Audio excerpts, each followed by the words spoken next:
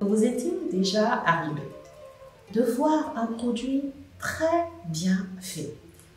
Et quand on vous dit qu'il est fait entièrement de bout en bout par des Sénégalais, d'être surpris.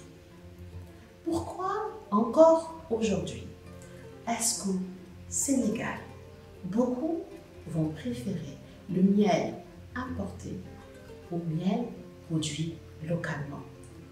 Je vois déjà certains dire complexe du consommateur, mauvaise qualité du produit. Ça m'étonnerait.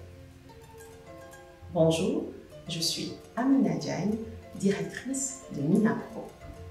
J'accompagne les entrepreneurs dans la structuration de leurs projets et dans le développement de leurs compétences entrepreneuriales.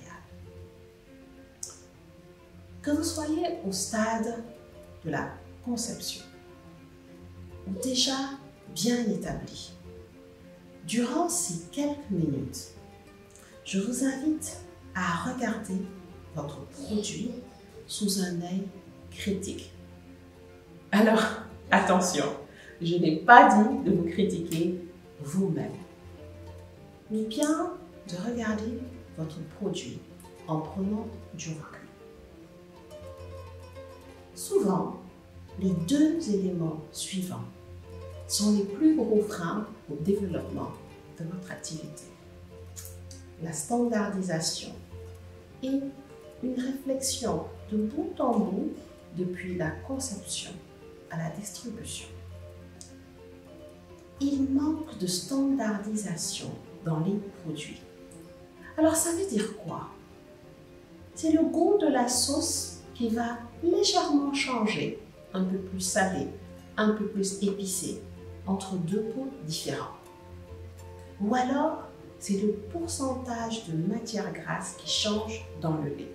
Au goût, on ne voit pas de différence. Mais quand vous êtes dans la pâtisserie, vous savez que la variation de matière grasse va faire toute la différence entre le gâteau qui va être bien réussi et le gâteau qui va être raté. Mais c'est aussi la taille du coussin qui varie de 1 cm, la taille de la coque de téléphone qui rend l'objet totalement inutilisable. Donc quand on parle de standardisation, ça veut dire que dans l'entreprise, vous avez des procédures détaillées, documentées. Mais aussi, ça veut dire que vous avez mis en place un contrôle qui vous permet de vous assurer que les procédures sont effectivement respectées. Il ne sert strictement à rien d'avoir une batterie de documents si derrière, il n'y a personne qui peut s'assurer que les mesures sont bien mises en œuvre. Deuxièmement,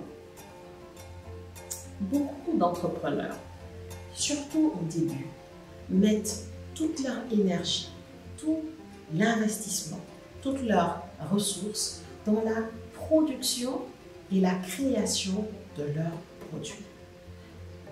En réalité, vous devez d'abord penser à toutes les phases de conception, fabrication, distribution, avant même de lancer la production. C'est vraiment en ayant une stratégie claire pour chacune de ces phases que vous allez pouvoir maximiser l'expérience client et offrir un produit de qualité. Alors sur ce point, j'ai une petite remarque.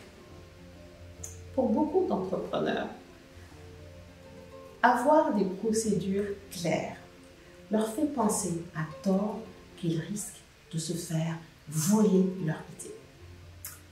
Ça me rappelle une conversation entre Richard Branson, un milliardaire fondateur du groupe Virgin, et milliardaire en euros, hein, pas milliardaire en CFA, qui discutait avec son directeur administratif et financier. Et là, il lui dit, écoute, Je veux qu'on investisse sur les ressources. Je veux qu'on mette un budget plus grand sur leurs compétences. Et là, le directeur administratif et financier s'affole. Il dit, oui, mais si on met tout cet argent et qu'ils partent, qu'est-ce qu'on va faire? En sous-entendant, ça ne vaut pas le coup parce qu'ils peuvent partir. Et là, Richard Branson lui répond quelque chose de très intéressant et que j'ai trouvé amusant. Il lui dit, mais si on n'investit pas sur ces ressources et qu'il reste, quel va être l'impact? Qu'allons-nous faire? Donc, tout ça pour dire que oui, il y a un risque que vous mettiez en place des procédures claires, qu'un employé les prenne et parte avec. Sauf que le risque que vous courez, en étant la seule personne centrale dans l'entreprise, la seule personne à tout savoir, à tout faire, tout est dans votre tête, vous courez un risque beaucoup plus important et vous risquez de devenir le plus grand frein pour le développement de votre entreprise. Alors, peut-être que vous êtes en train de dire, ok, mais qu'est-ce que je peux faire concrètement? Je vous invite à la fin de cette vidéo, si vous êtes par exemple dans l'industrie agroalimentaire, allez au supermarché du coin. Regardez dans le rayon où il y a les produits qui ressemblent aux vôtres. De quoi votre produit aurait-il l'air si on venait le mettre en rayon à côté de ces marques internationales? C'est important. Vous pouvez également réfléchir à la distribution de votre produit. Est-ce que c'est facile pour mon client d'avoir accès à mon produit?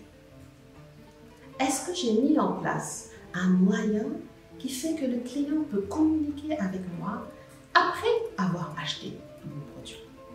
Ma fille a récemment acheté du lait de Ndire Souché.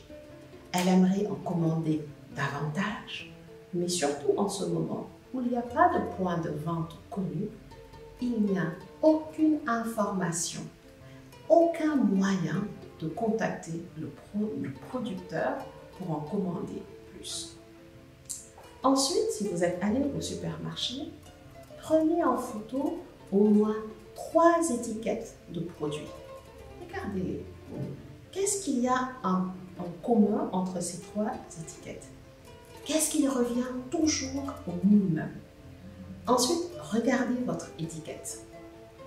Est-ce qu'au minimum, ces informations-là figurent sur votre produit? Si vous pensiez qu'on pouvait vous voler, en regardant la liste d'ingrédients sur ces produits-là, est-ce que vous pensez toujours que vous pouvez créer le produit identique juste parce que vous savez quels sont les ingrédients et quelle est la composition? Non. Pendant cette période, je vous invite vraiment à prendre le temps de réfléchir à toute la chaîne de valeur par rapport à votre produit. Et vous posez la question suivante. Comment puis-je améliorer l'expérience client pour mon produit? Continuons la conversation dans les commentaires et n'oubliez pas de vous abonner à la chaîne pour développer vos compétences entrepreneuriales. Avant de finir, j'aimerais remercier du fond du cœur, mais vraiment, j'aimerais remercier toutes les personnes qui ont pris le temps de partager ces vidéos-là, qui ont pris le temps de liker, de commenter. Si on y arrive, c'est également grâce à vous.